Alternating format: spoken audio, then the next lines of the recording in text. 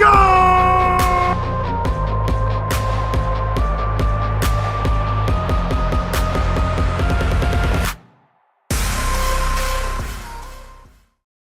Welcome back to the HOF College Football Podcast. I'm your host, Jason Watkins, and if you love college football, you're definitely in the right place. So before you forget, smash that red subscriber button, like our videos, and don't forget to ring the bell so you don't miss one moment of the HOF College Football Podcast. It is finally scheduled day, Sooner fans. I have a couple of guys here to help me break down the Big 12 schedule as a whole, and particularly for Oklahoma, Texas, and the boys up at Okie Light. So welcome into the show, my boys Jay and Chris. How's it going, fellas? Jay and Chris. Jay is from Unfair Sports. Chris is the Horns Down podcast. We'll throw those down right now. Where you at, Chris? Man, we're in the middle of the whole thing, bro. Come on. Y'all Chris be doing? Yeah, what's up? What's up, fellas? How y'all doing today? What's going on? Yeah, doing good, bro. Doing good. Chill day. Got to stay home. Everybody's safe. Hopefully, everybody else out there is safe. Great news with what we're going to be talking about here soon for the student boys. To be honest with you, I'm just going to say that get your optimistic hats out, get your optimistic pants out as well. It's looking pretty damn good. We're gonna do some sunshine pumping. Yeah. Let's get some hopes up tonight. You know. Hey man, I am okay with that. Welcome to the show, Jay.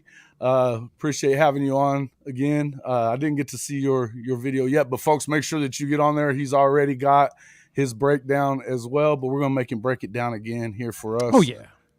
So what's your initial thoughts, fellas, as far as the overall schedule? I know everybody was talking a lot about Oklahoma, Texas getting kind of screwed.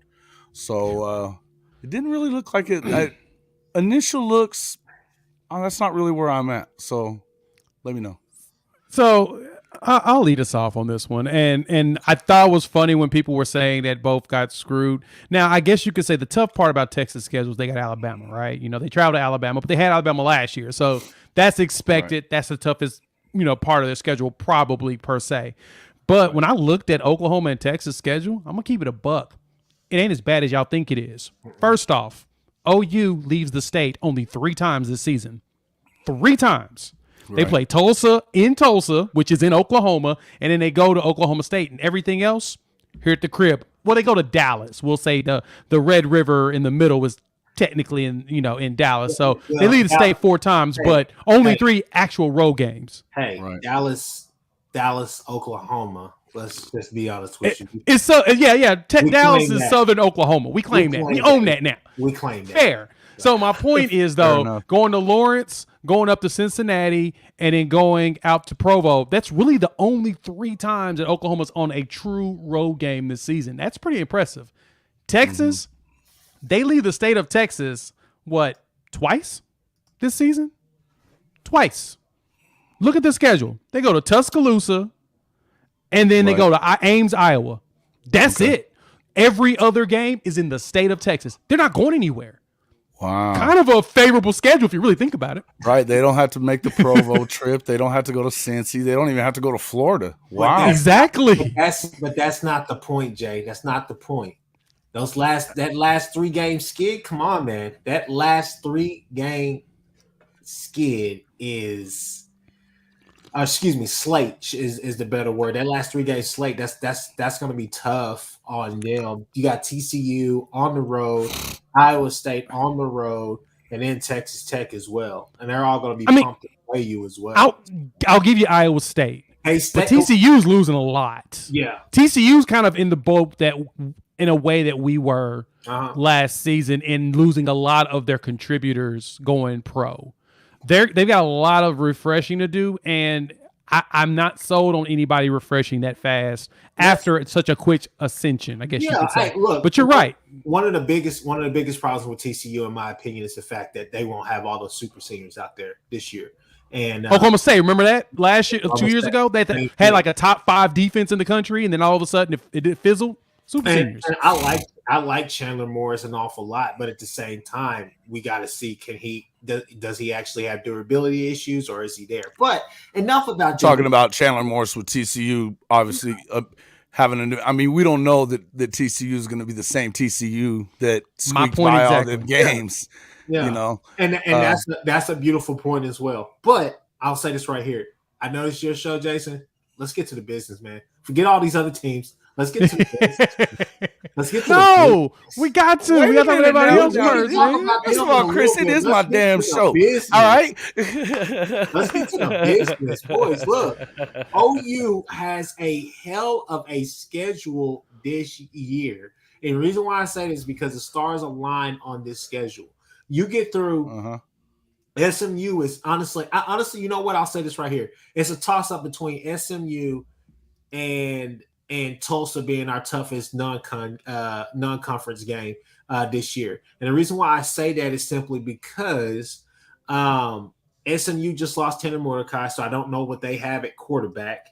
And then going to Tulsa, I'm not going to say they're going to be terrible, but at the same time, Kevin Wilson is going to try to get that program back on track.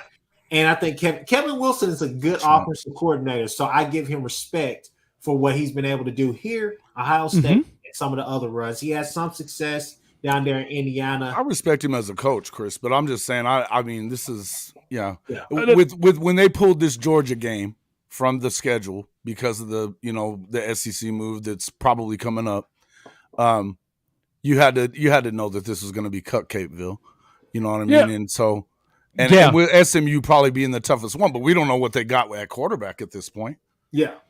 Look, Tulsa, the only thing about Tulsa is with Kevin Wilson coming, you got to remember who he worked with when he was at Oklahoma, Brent Venables. So he has a really good idea of what Kevin Wilson's going to do offensively when he saw him in practice for years. So I have zero fear in Tulsa. No. SMU is interesting, but that's the thing. That's kind of like my point, Chris. We leave the state 3 times this year. Like, we're literally just driving on a bus up the street, around the corner in preparation for these games. We've got a lot more extra time to prepare than we would if we were traveling, like we're going up to Lawrence or traveling to Florida or something like that, or West Virginia, in the brisking cold. I don't think it's going to even be that bad when we get up to Provo, because if I'm correct, they don't get a bunch of snow in actual Provo. I think it's around it. Now, I could be wrong, because, it's a great ski area. But, yeah, it's going to be like us when we used to go to Colorado. You know what I'm saying? Like, it's going to be old school. It's going to have that old school feel to it, which I'm excited about. The old Big 12, that ain't bad. Yeah. That's not even a bad thought, really, honestly. I know Provo's a tough place to play. The last time I was out there, I was telling you off air, I went with a buddy of mine in Vegas that he was a big Texas fan and watched Taysom Hill beat the brakes off of Texas. So, I mean, beat the brakes off of Texas in that third quarter. Oh my God, Taysom was absurd. Taysom was absurd. But it was fun to watch. And I laughed the whole time, But and it gets wild in there. That's one thing about playing at altitude. You are, as Jimmy just said, perfect timing there, Jimmy. You are playing at altitude. You do have a ruckus crowd in there. Those Mormons may not say cuss words, but they do go crazy.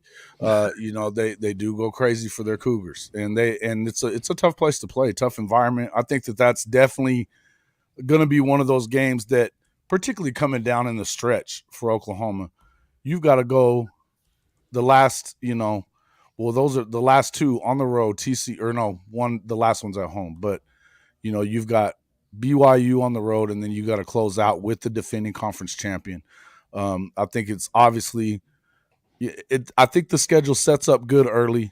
I think you've got your tough moments, but to be honest with you, if Oklahoma does what they should do, you don't see a ton of losses in here. You know what I mean? That's what this year is all about. This season here, on paper, before we even play one snap of football, when I saw the schedule, I said to myself, you know what? This schedule is all about if OU will beats themselves or not. If OU goes out there and plays disciplined football, cleans up the mistakes that you saw last year, there will be a lot more. The winning will come, like Venables said. It depends on OU getting out of their own way, because the thing is that The first 3 to 4 games are all well, honestly, the first 4 games of your season are teams that are having to come off of new coaching staffs, significant losses at key positions on and off the field, and you just have to basically go out there and do what you need to do. These are games that you should go out there, you should dominate and win by at least 2 touchdowns, to be quite frank with you. You have the talent, you have the experience now with some of these players. A lot of these players are having the snap counts and all the rest of the stuff. They're playing now, okay? One of the biggest things that you have to make sure is that you have somebody that can, for better or for worse, replace Agüebu right there in the middle as well, alongside Stutzman. But like I said, man, the biggest thing is you can't beat yourself. You are able to go. I think one of the toughest games that we have on our schedule is at Kansas. I think Kansas is going to be better. I think Texas will be somewhat of a tough game. Iowa State at home is key. West Virginia at home this year is key. I mean, my God, if we can just stop Green, it will be okay with that whole, QB run game that they wanted to have. But like I said, this schedule is favorable towards us.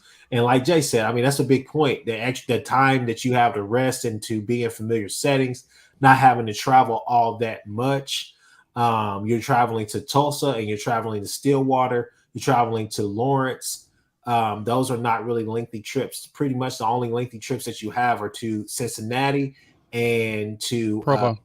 To Provo. And the one thing about traveling to Cincinnati in September, that's really good because it's not going to be cold outside. It's not going to be snowing. It's going to be crystal clear. Football weather.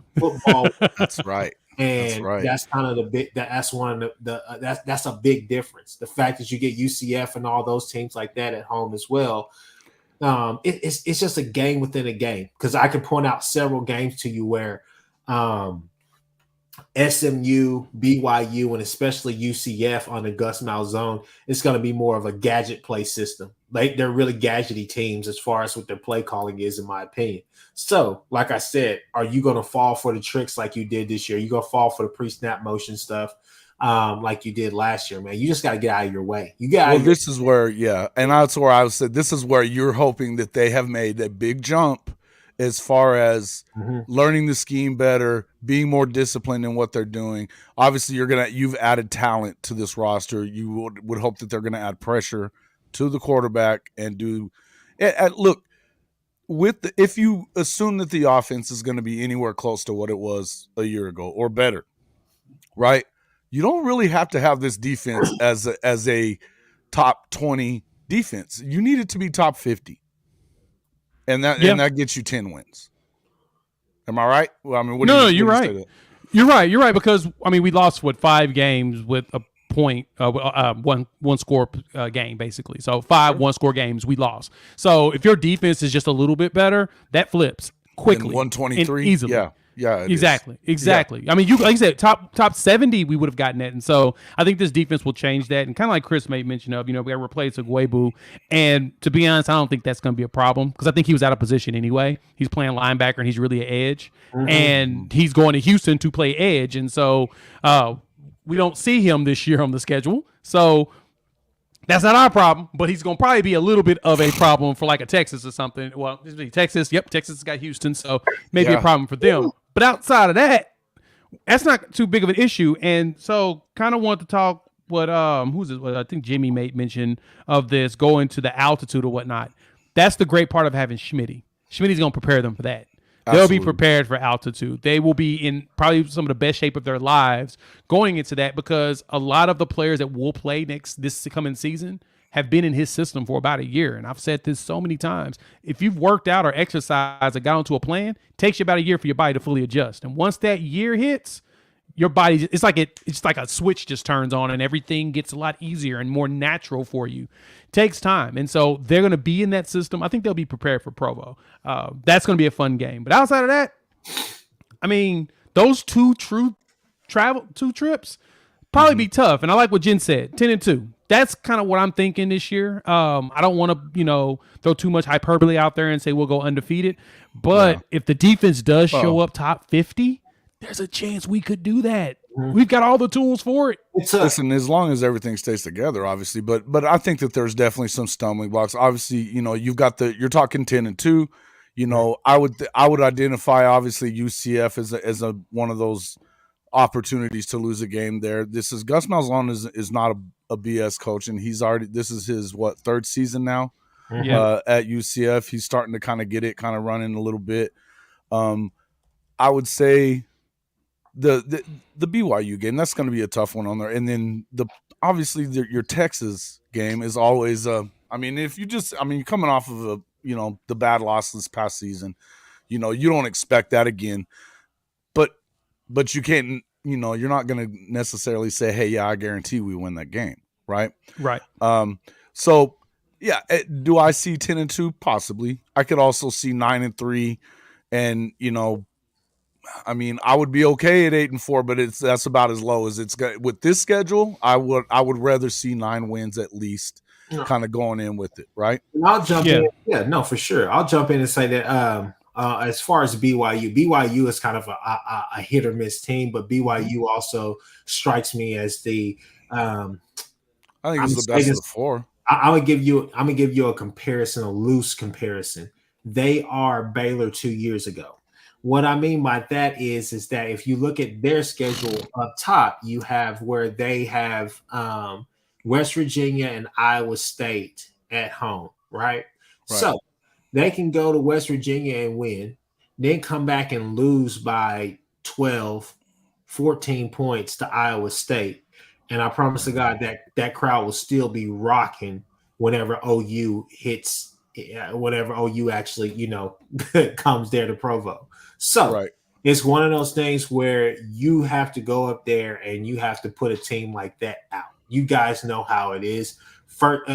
Look, Levy is going to be key in a lot of these road games and these new atmospheres, especially when these teams are going crazy. The Cincinnati crowd, the hell, even the Tulsa crowd. You know what I'm saying? But my whole thing is Levy plays a big deal in that, because the thing about it is their progression in his play calling on the passing side.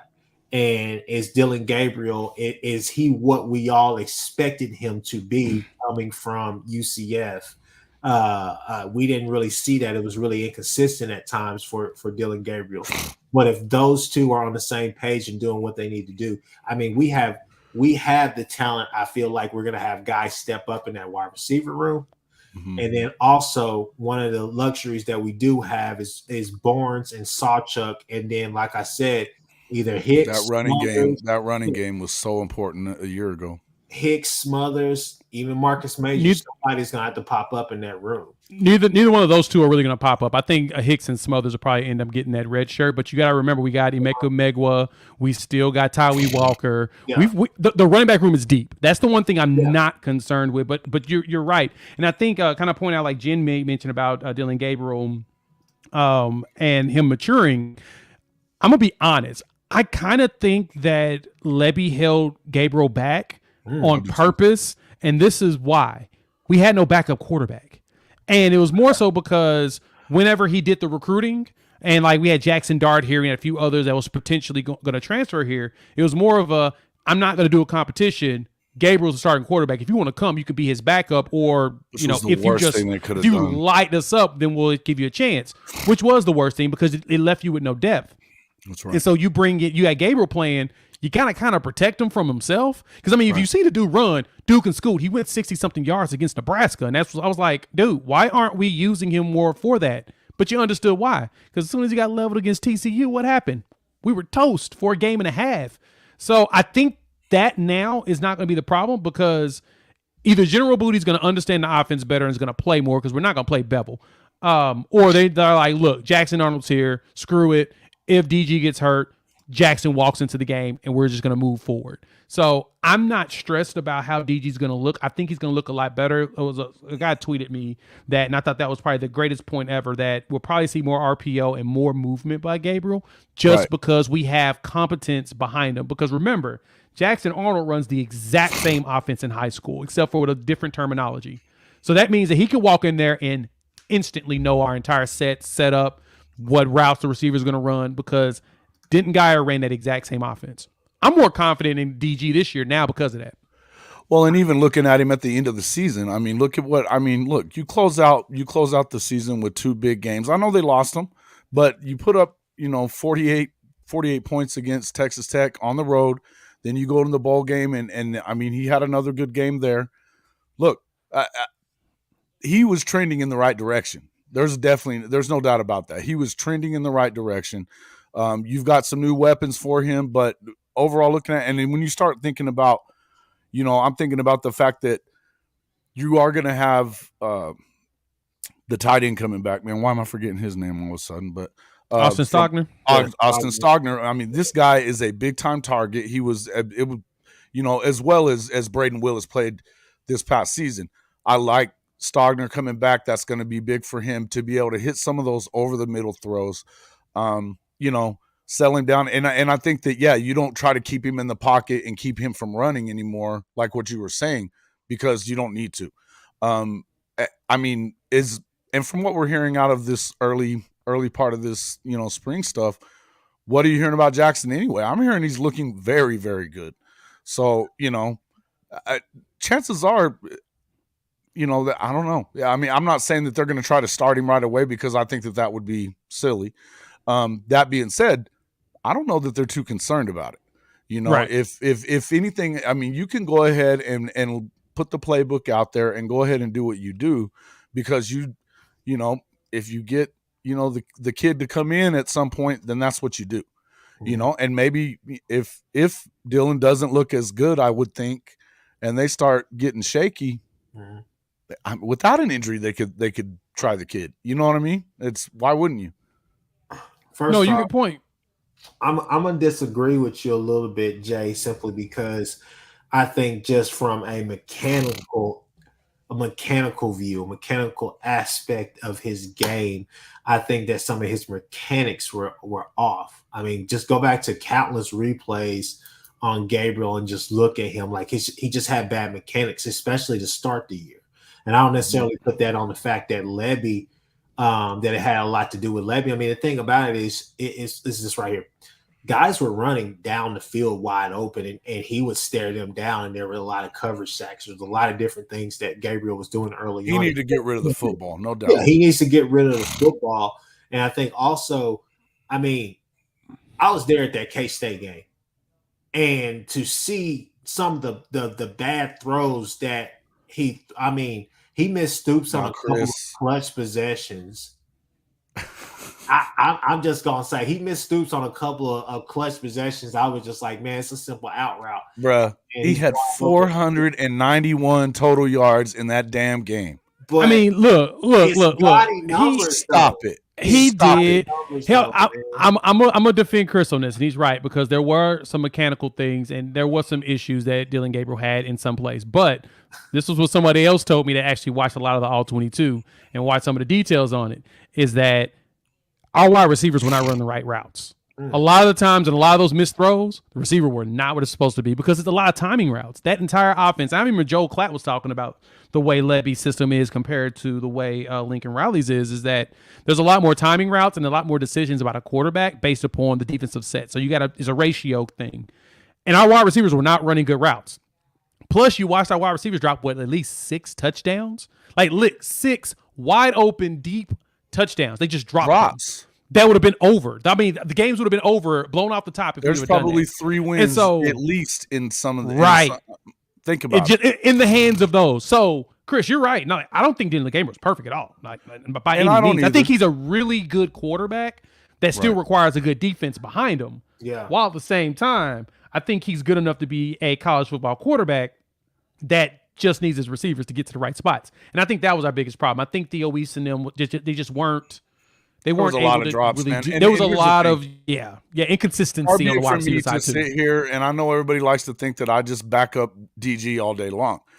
What I'm going to say is this: when you are giving up 40 a game and you're 123 in the country, you needed to be perfect, and he wasn't perfect. But I also want everybody to try to remember that this was not Lincoln Riley's offense, number one, and he is not Caleb Williams. Yes, we don't have. He's not a world beater. But he's not a world beater. That's not his job. And he's not that guy. But what I would say is that if you, again, if you just go in there and you have a top 75 defense, period, they probably win 9 games, right? Yes. And I mean, come on. So Counterpoint. I guess we can nitpick the hell out of this guy. We could nitpick the hell out of him and forget the fact that they were also learning a new system, you know, and still went out there and they were number 13 in the country. So exactly. You know, counterpoint. I have a go ahead. I got a counterpoint to that. If there's anything that I could compare somebody to Dillon Gabriel to is, I think he's a better version of AJ McCarron who was missing a defense. Because there was one thing you pointed out, Chris, at one of the games. You kept pointing out how the receivers weren't blocking very well downfield. But when they blocked well downfield, we started getting a whole bunch of runs. Yeah. So it was so much inconsistency at that spot. I think that hurt Dillon Gabriel more than his actual play. You see what I'm saying? And I only say that because there were 6 touchdowns freaking dropped. I mean, walking in the end zone just. Right. Well, Jimmy, I hope that the receiver coach can help them, but you got to just catch the damn football. I'm sorry. At all, Jimmy. When it hits your damn hands, you got to catch the ball. That don't have nothing to do with the receiver coach. That don't have nothing to do with nobody. That has to do with you not looking it in and grabbing it. And yes, Jen, we know he's not Heisman. He's honestly though, I mean, he wasn't that far out of it for a while until they went off and started losing a bunch of games. And again, I'm not going to sit here and tell you that he's Caleb Williams or any of these top level guys. What I'm going to tell you is that you have to, is that you don't need that. You didn't need that. You shouldn't need that. Well, hopefully when you have Brent Venables and you've got some of these guys that are coming in, because I'm looking at some of these dudes like that are going to start. I feel like some of these PJ Adebawari is going to start. There's no two ways around that. He's because you got to get pressure on this quarterback. On these quarterbacks, that was a big problem. All right, here's another point. Go ahead. Shout out to my uncle. He just gave me a point, but this is something else that we got. Your uncle, man, get him on the show, bro. No, y'all don't want that. But what I was going to say is clock management, man. That was another thing that really Chris, what did I complain about all the time? Are you gonna Jay complaining about it all the time. Hey, clock management. What did I complain about all the time? Fellas, though, are you going to put that one on DG all the time, though?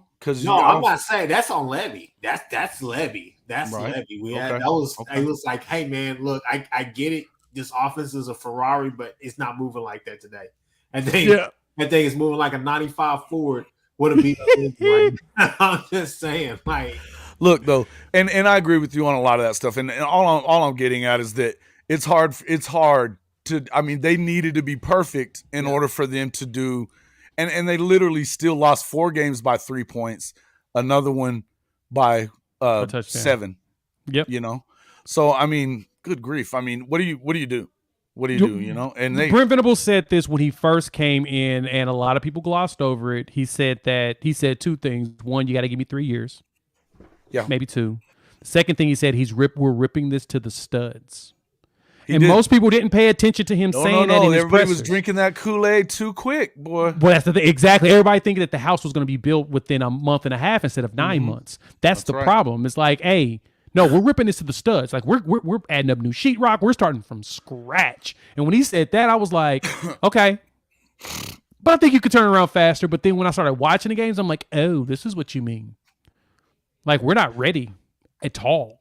No, and here's the thing. I feel like that's a big part of it. This is a different staff than what these kids that were with Lincoln too were used to. The way that things were done, the urgency with which things were done, the technical parts of and offensively included, right? There was a lot of things. They're not the same, you know. And these coaches, these coaching staffs don't handle things the same. Period. You know, you got one that's laid back and you got one that's in your grill. And you know what I mean? It's just, that's fine. And discipline and everything else. And sometimes, you know how that is, man. Discipline is the hardest thing for anyone to learn at anything. When you've got habits. Accountability for sure. That's right. I mean, you played college sports, Chris. Think about it. You've went through coaching changes, have you not? Yeah. Yeah. And what did it do? What did it do? What did it do to your team going through that? Sometimes it can be great. Sometimes it can be really hard. Yeah. No, I And mean, luckily Venables is a player's coach. You know, players love him and adore him. That's the thing. So, yeah. Players. I mean they ain't hard on them though. Because I like I said, man, I think one of the biggest things that we overestimated was the talent that we had. You know, we fell in love with some of the stars. And what I mean by that is just the star system, the star ratings. We fell in love with the rankings that we had on campus from Lincoln's, past regime. And I've said a bunch of times, man, show me the guys that were these high level talent guys that were here last year. I want to see them. Tell me who they were. I mean, that was the whole thing. It's just like, last year coming into the season, I was huge. I said, hey man, I think Stripling is the guy to look for on defense. I think Clayton Smith is going to be able to etch out a spot on that team. I mean, you come in there with high hopes for like Josh Eaton. Josh Eaton had I thought he had a decent spring game, really good spring game. Had a really good spring game. Yeah. Venables raved about him, raved about his hard work. Mm-hmm. Just some, yeah. And just don't fit what you're trying to do here. But I mean, that's kind of the thing, is that's what you're wanting to see, that next step from a whole bunch of guys. I mean, I think right now, I think the joke or the knock on OU offensively is going to be, what does their wide receiver core look like? What does that look like without Marvin Mims? Do you not have a true number one now? I think Farouk steps into that spot. I do too. Drake Stoops is going to be Drake Stoops, but I think that you need Drake to actually be like your 3 or 4 at times. You need those other guys to step up. You got the transfer from Michigan, Andrell Anthony, yeah, Jaden Gibson. I mean, hey, if you want to play, it's your turn out there. I think that you have some guys that are probably going to poke their heads out. I mean, obviously Petaway, Keon Brown. I think those are guys as well who could come in and contribute. Hey, man. They should be able to. Those kids, if you look at their film, they are off the charts good, especially at taking the top off kind of stuff. And Keon Brown is a stud athlete, a straight stud. Let me ask you guys just real quick, a side note question. Florida kids, boy. Woo. Thoughts about DJ Graham this year going and making a transition to wide receiver? You hear a lot of great things about him, but what are your guys? I heard, and if I'm correct, he had a higher star rating at wide receiver than he did defense, and converted. Now I could be wrong. The reporting could have been wrong on that part, but I heard he's really good at wide receiver. And in the fact he made that interception against Nebraska, I'm stoked to see him actually catching balls. So having him and Farouk basically kind of anchor your wide receiver room, and then get Jaden Gibson and Nick Anderson, in which both of them have already said they want to be the best duo in college football. Mm-hmm. They'll have a chance this year. Like Gibson had one throw in the beginning of the season that basically was sitting in his hands and he dropped it. And I think at that point he ended up in the doghouse and we didn't see him anymore. Yeah. That's going to be the game changer. I think those two are the ones that's going to make the biggest difference at the wide receiver, period. And then you'll have Gavin Freeman to be the next Drake Stoops. Him and Stoops are going to be problems just moving around. I mean, Gavin touched the ball his first time in college football and ran it over a dude and ran for a touchdown. You just need to get these guys in open space. And I'm really hoping that we leverage Farouk more in a Peter Ward type role. Let that dude go. When we start letting him catch punts, he was breaking it off. I want more of that. I think that Jalil Farouk is about to have a big season. I think he's about to have a big season. No excuse if he doesn't. No excuse. No, there isn't. And the thing is one thing about, Levy, he's not – you're either going to get in there and perform or he's not going to put you in the game. I mean, that's really what happened with Theo last year. He started looking good towards the end of the season, but he was in Levy's doghouse for a very good part of the year because he wasn't performing in practice. And what he keeps saying – now, when he shows it to us in practice, then he'll get in the game, not in film. And so, and as much as I love Theo Weiss, I mean, but I just feel like it was one of them deals where he kind of, he just tapered off. I mean, he did. That was the thing, that 3-star, that 5-star trio that we got, man, it's just crazy to think what could have possibly happened. But I do I do. But go when you back. do things different, it's different for these guys too. You know, they came into a system running it like Lincoln, and it's not, as much as it may look like it sometimes, this is not the same thing. No, it's not. You know, Remember, J.J. Hester's out there too. You know, Yeah, he's a 6'4" JJ. wide receiver that was yes, transferred Hester, from I do Missouri, like it. as well as L.V. Yes, sir. Buckley. That was mentioned by James a minute ago. That we gotta remember, we got those two also. I do think that Nick Anderson as well as Gibson get some game. I think they rotate in and start to work on them becoming the new anchors in the future. But adding Farouk Right. with Buckley, Shelton, as well as J.J. Hester, there's no excuse for us to not. We got huge wide receivers. Period. right. They're huge, 6'2" plus. Just about all of them. Hey man, that's what you need. Yeah, one of the things that I think there's two things that we need to like really put heavy emphasis on is one, the run game. Again, I think Barnes and Sawchuk are going to be able to get the job done. If Marcus Majors can stay healthy, I think that's really your three-headed monster right there. That's right. And I think that at some point Sawchuk probably takes those snaps.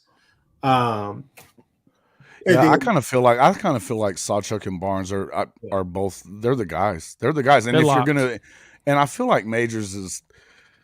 I don't know. I think we may think have Meg- seen the end of him. Yeah, I think Meg will take his spot. That's the thing is that we got to wait till the spring, because when the spring game, that's going to be an interesting time for us. What are these freshmen going to do? I mean, you brought in two unbelievably good freshmen, running backs that, I mean, they're going to, these are guys that you may need to get them some time to keep them.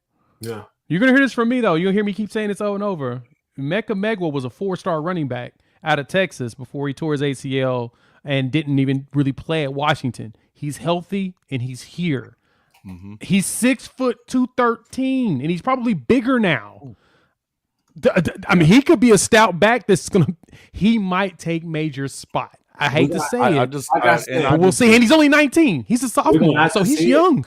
Yeah, but listen, once you go through one of those injuries, when you go through those injuries, you just don't know how they're going to respond. I know who my two guys are, but we'll see what's going to happen. But the second part that I would say, Levy loves those heavy personnel packages. So, who is going to emerge as tight end 2? Is Llewellyn? Or how do you say? I think Llewellyn's hurt. I think he broke his foot or something like that. But like coming back, I'm like, is he going to actually still be the blocker, or is he going to be a guy that's out there actually catching passes? Obviously, I think everybody in here, even in the chat, wants Caden Helms to be that guy who steps up and becomes that guy. And I think that he could play off a guy like Stogner as well, because he's more versatile. Like I said, he's a Grant Calcaterra in my opinion. Just taller. I like that. I think that he has that potential to be that good. We just have to see it. I mean, that's the thing. Right. Is his blocking at an adequate level to where he can actually get out there on the field and be able to, be a honestly just a versatile tight end. Folks, Blake Smith, real quick, guys. If folks, wanted to thank everybody for coming in here once again. If hit that like button, make sure that you're hitting that like button. It's important for us to get out there to everybody. If you're not already a subscriber to the show, please do that and make sure that you get over there and subscribe to the Horns Down podcast and at Unfair Sports as well. These guys are two of the best that do it, period, out there. That's why I love having them on the show. Coach is out today. He had his grandson's basketball game, so he isn't here tonight, but he's I definitely enjoy having you guys in. Now, so make sure hit that like button and go over there and subscribe if you hadn't already, man. But thanks a lot, everybody, for being in here. Real quick, guys, looking at this, give me a prediction. I mean, we talked 10-2. I'm looking at around 9-3. What would you predict here? And then let's talk this Texas schedule too. Give me a prediction, Chris, for Oklahoma, and then you do the same there, Jay. I want to say 10-2. Okay. All right. And I'm gonna say the two toughest games on the schedule. I think there's 3 actually. No, I'll say it's 4. I think the 4 toughest games I think will be TCU, BYU. This is gonna be funny, but I'm gonna say it. I think Kansas. Oh, that's not funny. I agree. I also think Texas will be a bit of a dicey game to start. If we just need to make it to the second half because we know how that goes for Texas. So sure, and keep a healthy quarterback too. So we got depth for change. We got a shot. We got depth for a change. I'll say that. I'm kind of with who's it? Sean. I'm with Sean B. What's good, man? On the I'd be satisfied with 9-3, but I'm kind of at Hank. I think that's gonna be 11-1, and to be honest, I think that loss is probably gonna be BYU on the road. And this is why I say that. Cincinnati is still in kind of turmoil. They lost Luke Fickell, and they started losing recruits right afterwards. Yes, players they did. Transferring out. So they're still trying to figure it out with a new McCullough coach. because of that.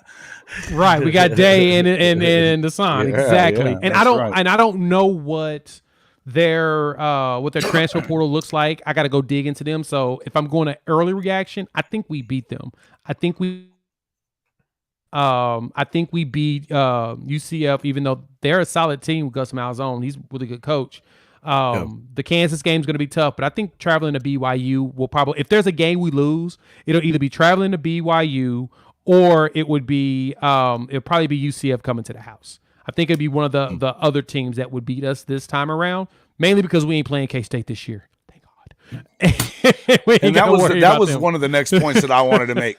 And we're going to get into this we're going to get into that in just a second. So before we go too crazy with that. All right. So I'm kind of with you on that. I can see 10-2. I'm going to go with 9-3. I feel like if you're probably still looking at some stomach, you still got a young football team. I think that, aside from your quarterback, I think that, expecting them to go 11-1's could I see it? Sure.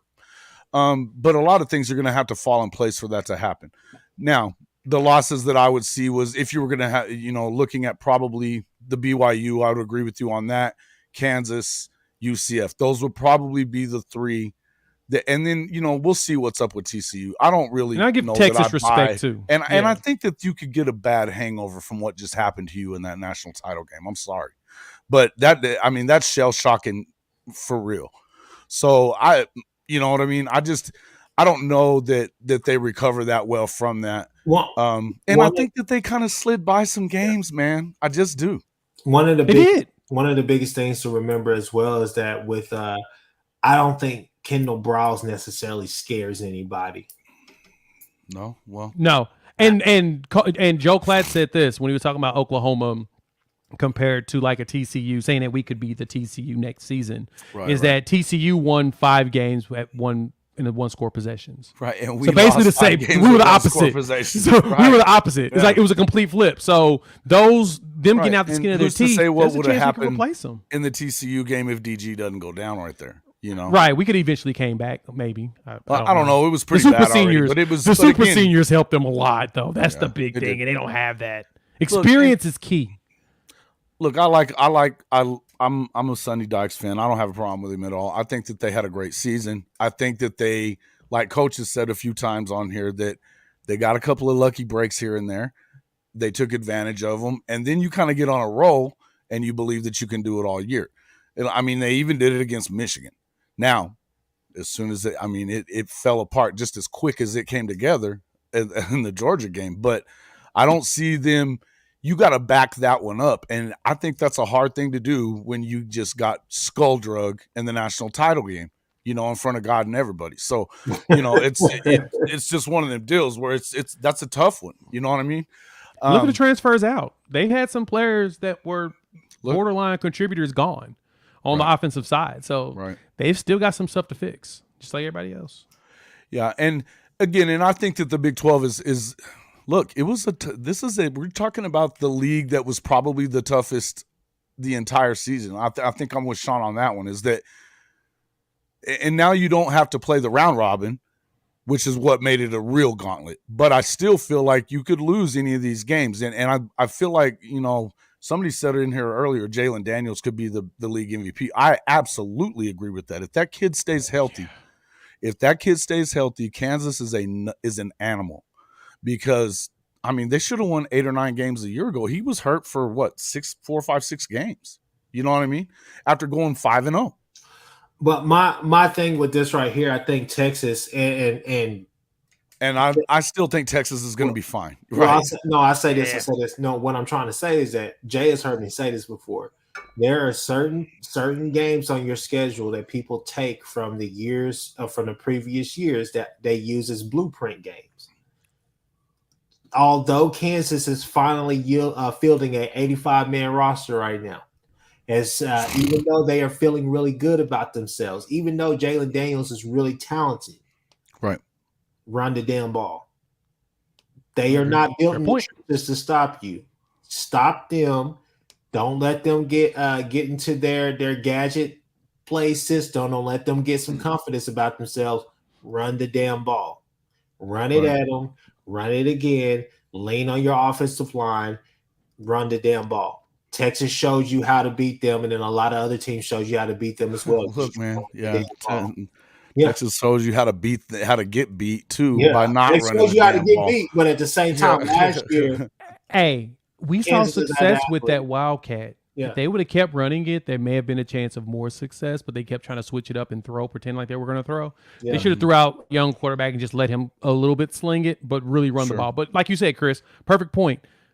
Look at the way that our wide receivers were blocking and the way we were running. Levy's offense is a run offense. What made it so fast, too, was that we kept getting 10 yards per run on a lot of plays, and then we get 1 yard. And then we'd get 9 yards. Yeah. And then we'd get 1 and 2 and 3, and then we'd punt. So if we continue establishing a run like we've been doing and wide receivers actually freaking block every single possession, his offense is set up to run the ball constantly, and we've got 2 backs to do that. How the hell did Baylor manage to get 8 freaking home games? Are you? Wow. Because they had their non-conferences were already set. Right. And so they had to switch it up, and the only way they looked out. Except for, I don't think that Utah game is going to be easy. No. I think Texas is going to be a really hard game for them. Of course it is. At home. And I think Houston's going to give them problems at home. Right. So, they looked out. I don't know about Houston. I think that as long as Dane is there, I think they suck, man. I'm not with them. After what I saw last week, it was, or last season from them and that crap on the sidelines and then him saying that it didn't have nothing to do with him. Dude, you're the coach of that freaking football team for the last 4 years. It has everything to do with you. Kuz agree with you on that one, definitely. But Houston's got 7 home games. We got 6 home, 5 road, and then the neutral. So right. No, I was just saying 8 of them. That's just a weird thing to look at up there, you know. So anyway, all right. So real quick, let's take a look at this Texas one, and then I want to get into. I asked on Twitter for everybody to give me their thoughts. What was their biggest takeaway? I've got some good Twitter responses. I know some of the folks that are in here in the comments have done so as well. So I want to get to some of that as well. But Texas, obviously, looking at them, obviously they start off on September 2nd with Rice pulling the USC. Then they get, Alabama, though, on the road. I actually don't think that that's as hard of. I think that if you're going to beat Alabama, it should be right here, right now, if you're going to do it, right? And even though it's on the road, because of the fact that you've got a new quarterback, you're going to have a new play caller. And, I think that if you're going to do it, it should be right now. They should have done it a season ago, but it should definitely be then. Then they've got, is that Wyoming on? Yep. On the 16th, Cowboys, before they get into their conference schedule, opening it up on the road at Baylor, and then they got Kansas. That may be their trap game before the Oklahoma deal. So, what do you see them starting off at? What do you see their schedule as overall, Jay? I'm looking at Texas, and I said this before. I mean, I get everyone believing that Texas has got a brutal one. I don't. They don't leave the state but twice. That's helpful. That's a helpful piece to me, is you only leave for Alabama and you leave to Ames, Iowa, which that'll be a tough game for them because Iowa State's defense and Matt Campbell's always prepared. But when I look through what they're dealing with, I mean, they got a good chance of winning at least 8 games again, if not 10. I see 2 losses in this one. I see 2 losses total. I see us. I see Alabama, and I'm only saying us because, of course, I can't pick Texas to ever beat us. That's just against my religion and life. So I say those 2 losses. If they have a third, it's probably BYU coming into. Actually, it's Kansas State coming into town. Or like you said, the Kansas game could be a trap game going against Oklahoma if Jay is healthy and Kansas is healthy. That actually may be it. They may go lose 2 straight after that and start the season. I was at 3-3, and then from there just rile off and destroy everybody for the rest of the season after the bye. 3-3. Wow. Okay. So there's a chance they can start that. That will be Alabama loss, and then the Kansas. They go Oklahoma 3-3. loss. If they go 3-3, they could go real bad. Do we see an early Arch Manning? No. What do you mean no? Yeah. I think you do. Malik. It would be stupid, but they would. Malik. That whole fan base is going to be screaming for Arch if they start off 3-3. And all those big money boosters, bro. Come on now. If they You've seen this at Texas before. Look, I know you have. Look, if they start out 3-3, I'm not worried about Arch Manning. I'm worried about Sark. And they would because potentially Sark is be going to have to stupid put he's going to put Arch in and screw no, himself. I'm not. Like I said, I'm not worried about anything in the quarterback room or on the field. I'm worried about Sark's job. He's 13-12 over the past 2 seasons. We could talk about this standalone season and say year 2 they progressed and they've recruited well in the trenches. He's 500, baby. He's 13-12 over the last 2 seasons. People need to recognize that. There is a small chorus of Texas fans that will tell you he's 13-12 over the past 2 seasons, and I'm not satisfied. And he's barely over that for his career in the Pac-12 even. Yes. Yeah, 7-win Sark is what they call him for a reason. That's what he is. That's what the dude is. He doesn't make second half adjustments. And I've listened to Texas fans say this all the time, and they're right. He has a problem with second half adjustments, and I don't think Quinn Ewers or Arch Manning are good enough. I don't even think Malik Murphy is good enough to outplay their coaching. I don't think they're good enough to walk out there, be the world beater. Well, and when you're a coordinator, your head coach can be like, "Yo, run the football." So you've got the Oklahoma State game where they're up 7 freaking team points in the third, and Bijan's not getting the football, and it's like, what are you doing, bro? And they just coughed it away a little by little by little, and it's like, dude, I mean, it's not even a big adjustment you got to make. Just stop throwing the stupid football. Yeah, when you don't need to blow everybody out. It was so dumb, so dumb. But anyway, I mean, yeah, I agree with you. So okay, you're saying starting off with maybe 3-3, but probably 2 losses. Where do you feel they finish out, Jay? I mean, they're going to go 9-3. They're going to go 10-2. I think they finish 9-3. There's no excuse for them to not win every game after that. They should be able to pull out the Houston game. BYU is going to be tough, because if I'm correct, their quarterback's coming back. And then from there, Kansas State. They're still trying to figure out who their quarterback situation looks like. TCU saying Iowa. Jay, come on, man. K-State, I got to stop you right there. K-State, Will Howard, come on, man. I'm not sold on Will Howard. Nobody's sold on Will Howard, but Will Howard balled out towards the end of the year. They're a completely different team. Well, he certainly balled out against Hokie Light. He did. I am not going to disagree.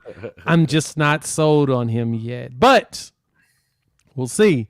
Iowa State's got to figure out what their quarterback's going to be. I don't know what the heck's going on there. And then Tech, they're always a tough one. And they play on Friday. I think that was kind of odd for us, too. Texas plays on – they seem to play on Black Friday often. We don't, and we're playing TCU on Black Friday. That was interesting to me also. Just a side note. Okay. What about you, Chris? Where are you at on these boys?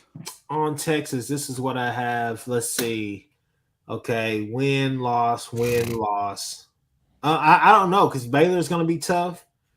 Alabama, obviously, is going to be a tough game for them. I think Kansas is kind of a toss-up, and then they'll have us. So, yeah, I could definitely see them being 3-3 to start. Let me see. I'm going to say that out of those 6 games, they'll end up 4-2. I think that Houston is going to be a tough game for them simply because They it's don't want to Houston. play it. Yeah. Well, yeah, they may not want to play it, but yeah, Houston's going to be up for that. The crowd is going to be in the game. All the rest of it, you're going to take that crowd out of it. And then BYU is a game where are they going to be too physical for Texas? Because I think BYU is going to be a team that comes out there and just wants to be gritty the entire time. K-State, same thing, but how do they recoup? Because not only are you losing, you're losing Deuce Vaughn. Let's just be honest with you. So, like I said, I still see them going 9-3 at the worst. I think Okay. they have a chance to be better than that, but I would say Should they be better? Yeah, I think that. Okay. And here's the thing, and this is where I'm at on it too. And Hank just kind of gave me some pause in that. Should they win 9 games? Absolutely. Should they win 10 games? Absolutely. Will they? I don't know. I once in his career has he won a 9. I mean, he's only won 9 games once. He's never won 10. He's 7 wins Sark, bro. Yeah. So to me, you could see them there. Of course, they're going to beat Rice. They're probably going to lose the Alabama game, even though if they were going to win one, they should do it there. They'll beat Wyoming. But I definitely could see, like Kansas has been their kryptonite, even though they busted them up last year, and they may have shown the blueprint to beat them, like you said.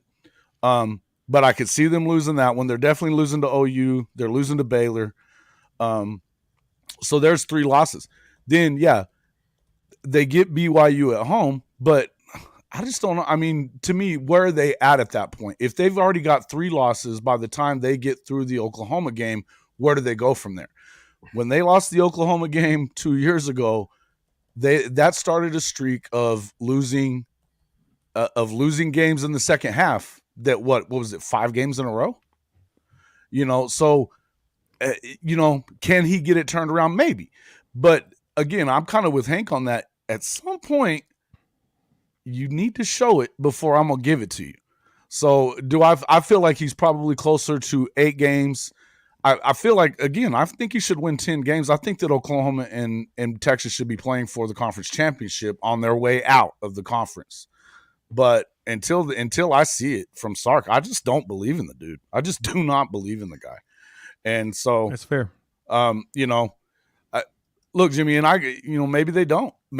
But when have they beaten them lately? And there's something about,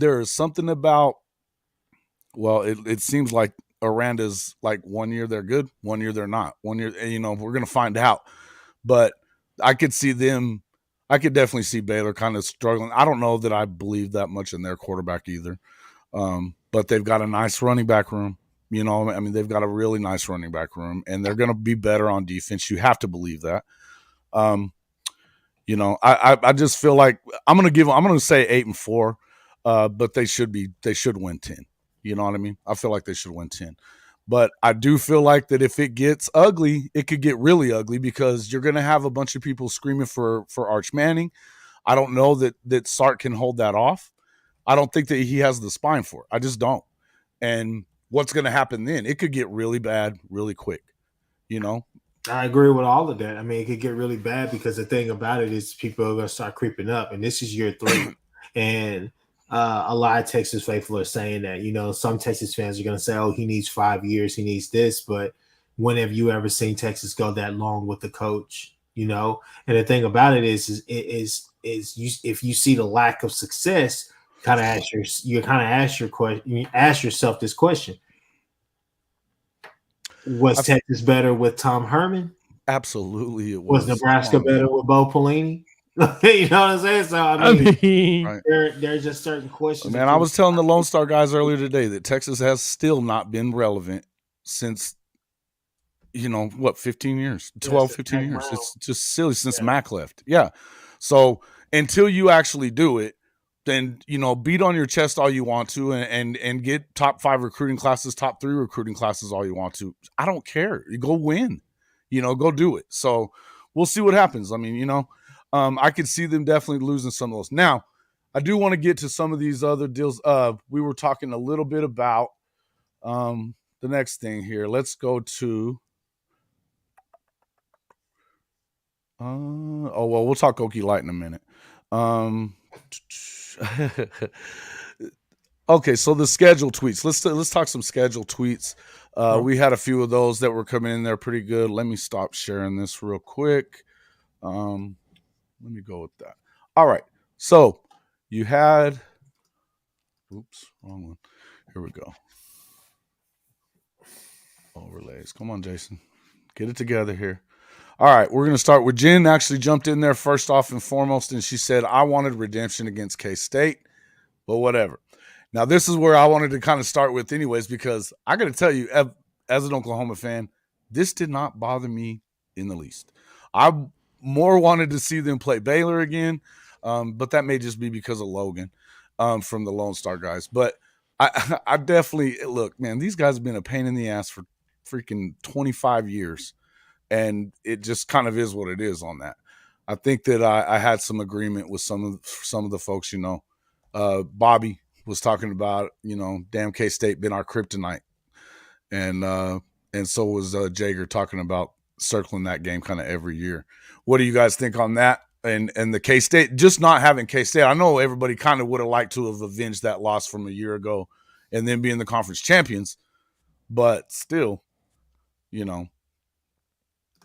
I don't think that. Go ahead, Jay. Go ahead. Oh, no. Go ahead, Chris. No, you lead the way on this one. I'm just going to say, hey, look, ain't nobody running from anybody if that's what people want to say. But my biggest thing is that, it's a good thing, in my opinion, that we don't have them. Look, Kleinman is a damn good coach. He knows what he's doing. And the thing about it is that K-State will always be built on grit, spit, dirt, and exploits. They want to exploit every single matchup that they possibly can. They know they're not better than you talent-wise, but in some area, in some aspect, or in some scheme that they have drawn up for you, especially OU, they just have your number. And that it just is what it is. But I know that we could beat K-State, but it's just one of those things, So not having to go to Manhattan is definitely a good thing, because now you don't have that. I guess the question is with that game off of your schedule, is do you actually have a true test early on in the season to kind of figure out, are we real or are we not? Because are we going to have to wait until the Texas game now to actually figure out if we're actually a good team? Right. No, I agree. I would agree with that. But I feel like, and Kim said something, Big 12 championship would allow for a revenge game like that. Yeah. I think that if you catch them there, that's a good thing. And again, I'm not going to go too crazy with this Big 12 championship game or getting it. I mean, it's, to me, they're still, we got to prove it too. OU needs to make, to prove, and they still got some youngsters too. So I'm trying to hold back on drinking the Kool-Aid just too much just yet. But yeah, everybody's had a problem with, hey, you're right, Jimmy. Everybody, 25 years, I said, they've been a pain in our ass for 25 years, man. I still remember the year that they lost to LSU in the national title game, and they got punched in the Big 12 championship game by K-State. And they just kind of didn't recover from that. It didn't seem like, No. So it is.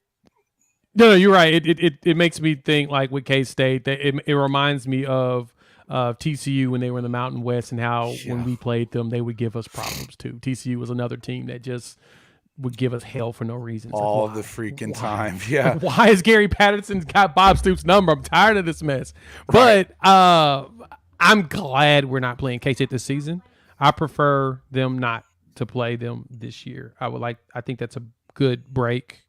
Let us just not see them. Hopefully in the Big 12 championship, then we can get revenge. But until then, I don't want to see them. That'd be great. That's a better place to play them anyways, because it's for something, So Corey kind of backed that up too. My boy Corey at the Big 12 country.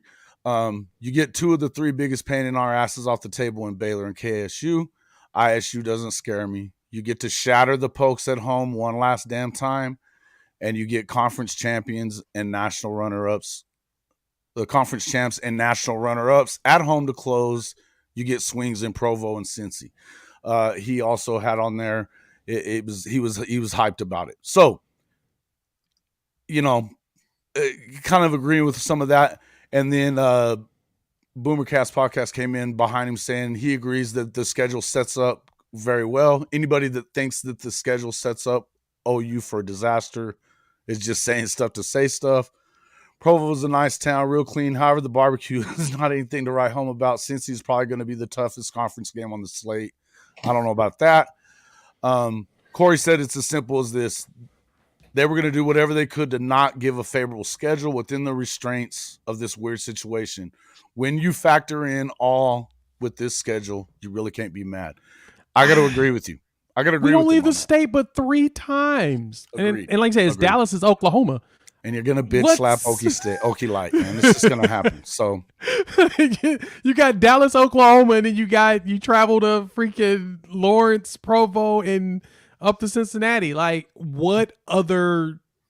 Every other road game is in state. You're not going anywhere. It's so much better than the thought of having to travel to Ames and just any of these other going to Manhattan. We were supposed to be in Manhattan this year, right? Didn't they come here and beat us? Well, how much is how weird is it that, like, how much do you think this schedule has to do with, kind of getting off topic here, but how much of it has to do with this weird contract situation that, they didn't, do you think, I think some of that has to do with, it has to, right? And they had to figure out ways to mix in. And right. Yeah. You had to mix in the new teams too. You had to figure out how to mix them in. And the best way, honestly, was not making us go to Lubbock, not making us go to Waco, and not making us go up to Manhattan, and sending us instead to Provo, Cincinnati. And I mean, right.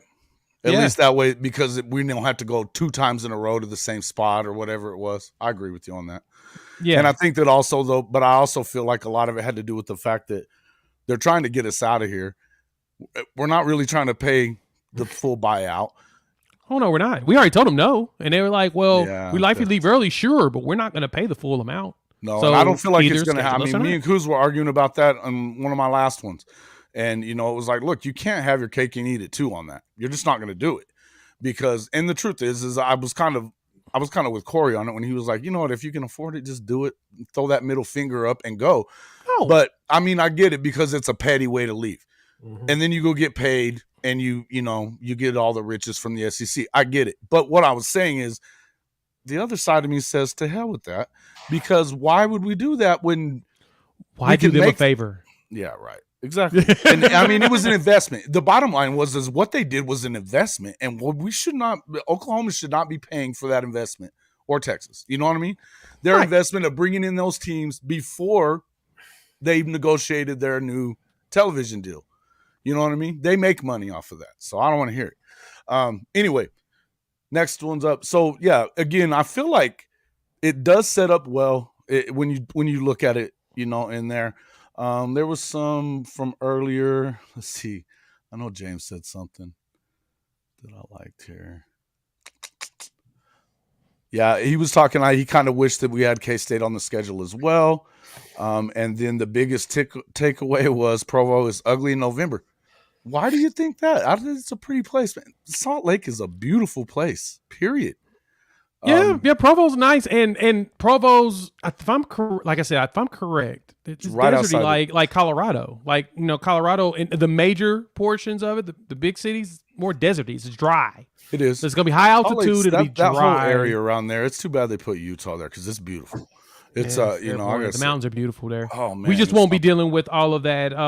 They won't be dealing with cold winds, like cutting winds like we get in Oklahoma. It's just gonna be a drier cold, and I can take the altitude. Fair, absolutely. I'm with you on that. Yeah, man, and and then let's see. This one was funny. No Baylor, no K-State. OU's 12-0 next year. That was the mayor in Norman. That wasn't actually on mine, but I found it, thought it was funny, so I threw it up there. So that's pretty good. Folks. Again, I appreciate it. If you're enjoying the content, make sure that you hit that like button. Get over to Unfair Sports, and if you're not already a subscriber, which most of you probably are, but do it anyway if you're not. Same with the Horns Down podcast. We got to get him up over that 1,000 mark. It's time to move. These guys are putting out some amazing content week after week after week. So make sure that you're doing that for them. And hit that like button, man. It helps a lot. I don't know how many likes we got, but we need it. Next up, let's see. Okay. So Yeah, we did the schedule tweets. We're kind of looking at the master schedule. Let's talk a little bit about what is you guys' take so far. I mean, obviously, what an amazing end of the year that Oklahoma had when you start talking recruiting. And what is your take on the momentum from that heading into Junior Elite Day, this past weekend? And what are your expectations on some of these guys? Who are you expecting, or what are you seeing so far? Either one of you, jump in. I was just going. Hey, look, KJ Bolden is a guy that just really jumps out to me. And I know a lot of people want him back there in that safety room. Obviously, we can talk about David Stone. Was that you on Ty's pod when you said he could be the cornerstone of this class, Jay? Is either you or Drew? Yeah, well, yeah. So I mean, it was him. You have him, then also the Winery kid. But I mean, those are three kids that poke out to me like a sore thumb. But I mean, this recruiting class, you were able to you lose the kid to that flipped back to Texas, his hometown, you know. But Colton Vasek. Yeah, you go and get Taylor Wynn, who Taylor Wynn is better. I think he's better. Yeah, some people will say, hey, I think he's actually better than Vasek. But I mean, you got a lot of steals, you got a lot of good wins, and the thing about it is that we may have not got the interior D-line guys that we wanted, but as far as the edges that we wanted as well. PJ Adebare, we talked about bro, in past. Unbelievable. That's a guy that could come out there and help you now. My number one. Excuse me. But like I said, I mean, then also in the transfer portal, you didn't go out there and you know, get a big name or a superstar guy, but you went out there and got guys who have that potential that need to play, and they've been playing. Yes. Yeah, and they've been playing. And so you took a gamble with like Trace Ford, but if that gamble pays off, you're going to get a hell of a player if he can stay healthy. I just hope he plays for Oklahoma State. That's all I want to see out of him for sure. The Boythroyd kid, I think that is just really interesting with him because obviously I think there's a level of comfort with him, seeming that they've coached against him these past couple of years being at Clemson. That was an amazing pickup there, man. I've watched more tape on Bothroyd. That dude is freaking nasty. You watched North Carolina tape where he took out the quarterback and the running back at the same time. God, it cracks me up every time I watch that video. Bro, that dude is got an attitude. He's just angry on the field. I love it. I love it. That's what you want to see. Mm-hmm. You know what I mean? It's one of those dudes you can light him up right now and get him pissed off before the game, and he'll go to halftime probably. You know what I mean? That's just one of them dudes. You know, it's just frothing at the mouth. I love it. That's what I want to see BV doing. Come on. To add to kind of what Chris was saying, like for the 23 class itself, there's a common theme with that class, and honestly, with this Junior Elite Day they recently had, is that Venables is. He's replacing the house. He ripped it to the studs, and majority of the players are defensive players. D-line, linebackers, safeties, cheetahs. He's basically refilling his pantry on the defensive side and leveraging the current offensive players we have. Because if anything, Riley and them were fantastic at getting offensive weapons. Sure. We just needed defensive guys that could play in the right scheme. Well, I think so they've been refilling what they had on offense. But yeah, absolutely. Yeah. And you have a world-beating quarterback, so it's a different animal. But I think that with the system, we'll be able to be successful in that part. But looking at this Junior Day, 13 of the 23 kids that came out for Elite Junior Day, defensive players. So from the 24 class. So you've got a whole bunch of just defense focus. It's from them. Like the whole goal is to get this defense to be top 20 quickly. If he can get this defense top 20 and we maintain a top 15 offense, it's undefeated season. There's a good chance for it. Yeah. And we're pushing for it. We're pushing for it very fast. And so I'm impressed with it. Just like Chris mentioned, PJ Adebare is my number one in that in the 23 class. Unbelievable. Love Jackson Arnold. No shade to him. PJ Adebare is mine. Yeah. He reminds me of Javon Curse. He's got that freakishness to him that he gets around people fast. Watching him in the All-American game, bro, my goodness. Oh my God. Oh, he was unreal. And then Lewis, the linebacker, Carter. Ooh, I like And him Derek a lot LeBlanc. too. Derek LeBlanc as well. But I got to tell you, I was at the All-American Bowl in San Antonio. And so I got to watch Makari. So you saw Vickers. Sammy. Bruh. Makari Vickers and Sammy Omosiho were nasty. And seatbelt boy. But seatbelt, he had a seatbelt around them kids. There was nobody throwing his way. There was nobody even trying to throw his way. And he almost had a pick on a ball thrown 20 yards from him that he broke on it and still almost got there. And his dad's like, oh, he should have had that. I was laughing, but it wasn't his guy. And then the same with Sammy. The thing about Sammy was, and he was out there a lot when Dante Moore was in. And I'm going to tell you, if there's a better quarterback in the country than Dante, wow. Because that dude, he has arm talent in a way. It's not about throwing it deep or whatever. The dude throws people open. He will stare down the barrel. This guy was a stud, straight up. But he had to make the hard throws because Sammy was taking away all his underneath stuff, his tight ends, his running backs out of the backfield. He was putting pressure on them as well. Listen, I was super impressed with these guys. Super, super impressed with these guys. And with seatbelt, bro, they just didn't. They didn't even try him. They did not try him. They moved him around different places. I asked him. I said, "Did you get bored?" He goes, "Well, kind of." But I mean, I think it was like that for him all week. That literally they just weren't They weren't even trying the kid. He told me on my show when we had him on here a couple months ago that he was going to be a freshman All-American. I believe him. You know what I mean? I believe him because it's just how athletic he was. Right. And then obviously you can't forget about Peyton Bowen. He's, this guy's, a top level player too. Look, we're going to find out what this defense is about pretty quick. I think there's still going to be a learning curve for some of these guys, but talent wise, they're not having a problem there. This is not an issue. So I would say that I'm in agreement with you that this could get better quick. Do you give them a little leeway? I do. But that being said, I could also see it changing. And by next year, for sure, they're going into the SEC, really loaded to bear. That was something else.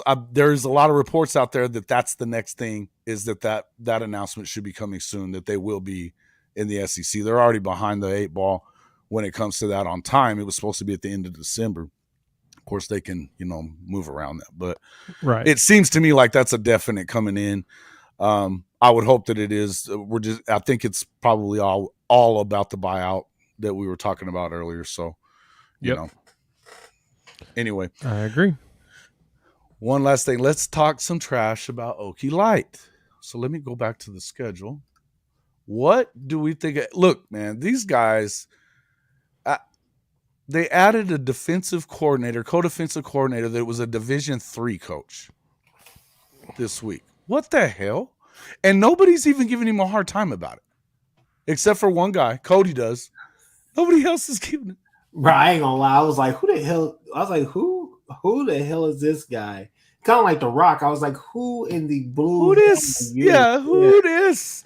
But hey, look, I'm happy. I don't know. I mean, Oklahoma State is a dumpster fire right now. I really don't know what they're gonna do. Some of my Okie friends are like, Okie-like friends are like, hey man, 5 wins is the floor. 8 wins is a great season for us. You high, bruh. They're high. There's no way. I'm sorry, but Gundy is still a good coach, man. As much crap as we could give him, Gundy's still a good coach. He's that damn good. More with less. He ain't that damn good. Get out of here with that. Come on. More with less for years. Wait a minute. They don't even have a quarterback, and I didn't think they had much of one before. Bowman is. Oh please, bro! What has he done? Hey, get off of my back, man! I'm trying to carry y'all right now to the promised land with this Okie Light stuff, bro. Look. They're gonna be fine. They're gonna be fine. What? Okay. I'm about to sign off on that one. I mean, Chris is so nice. Bro, that's what it is. This is not what we had you in here for. That's not why I asked you. He's got to be trolling. He's got to be trolling in some capacity. But he is true. He's right though. He is right that Gundy coaches up 3 stars like crazy. I don't know how he does it. He used to. But he still never went. bro. I mean, look at what they did 2 years ago. They've okay, and Now, they look, choked it up right at the end. Come on. I'll be real with you. Their 3 wins, they may start off the season 3-0 because I don't really know what to expect from Arizona State, to be quite frank with you. Dillingham's a coach, bro. If he gets a quarterback, they're in trouble. That's the question. Does he have a quarterback? Because I'm not sure literally, Arizona State has players have abandoned them after the Herman Edwards situation. They've just been dipping. So I don't know what he's bringing in. I mean, he got Clayton Smith. They got to deal with K-State and Kansas. They lost both of them this year with a better team. They lost to West Virginia. They've got Cincinnati up. You know they're getting smoked. There ain't no way Oklahoma loses to them last one out. I could see that 5 wins is like 5-6 wins is their ceiling for me. Oh, wow. Jay, please. Jay, break the tie. Break the tie, Come on, Jay. man. You guys got to be serious. Come on. Break the tie, Jay. I'm looking at them now. I see 3, 4. I see 6 wins. Okay, I see 6. Okay, let's put it like this. And Jay, I'll let you go. Jason, can we all 3 agree that Oklahoma State will be bowl eligible next year? This I season, can agree with you there. in 2023? Yes. Oh, no, I can't agree with that. I don't think I so. can. All right, I can see it. Bro, I can go bowling. Would you wait a minute? With all the guys they lost and who they've added, that's what you think. And their new defensive coordinator, they went from, come on, fellas, they went to a D3 dude on defense. They still haven't hired He could Hill. be a prodigy. He could be a prodigy. Oh, man. What? Fellas, come on, man. This dude is mediocrity at best. And that's what he is. And look, in this BS that you can't recruit at Okie is silly. It's silly. I went back and looked at their classes. They don't bring in players. But that doesn't mean you can't. They haven't brought in a 5-star in like 15 years. Bro, yeah, because he's been there for 15 years or 18 years. I mean, I'm not disagreeing. They've been better underneath him than they've been. Jimmy Johnson could win. Jimmy Johnson could win there. Then freaking Les could win there. You know, but Les wasn't there very long. Les was there very short. Well, bro, come on, man. All I'm gonna say is this padding your schedule like they do in the front, and then getting so close to that conference championship, but never doing it. It shouldn't be enough anymore for these folks. But I hope they keep him forever. I do. I'm with you there. But no, they don't go bowling. No way. It ain't happening, bro. I mean, there's only 2 coaches I'm looking now really in Oklahoma State history that's won 10 games. Pat Jones and Mike Gundy. Nobody else has won 10 games. Les Miles never won 10 games? Nope. No, and he should have too. But he wasn't even there that long. He went 4-7, 8-5, 9-4, 7-5, and then bounced. He only lasted 4 years. Right. So yeah, that 9-4 season is what got him the LSU job. Well, yeah, that's what got him the LSU job because Michigan wasn't available yet. So yeah, I mean, Gundy's they dodged a bullet there, didn't they? Michigan. I don't know. He got a championship over there. I mean, yeah, he got a title at LSU. He probably would have been better at Michigan than he was staying at LSU. He should have left that year. He should have left after the national championship.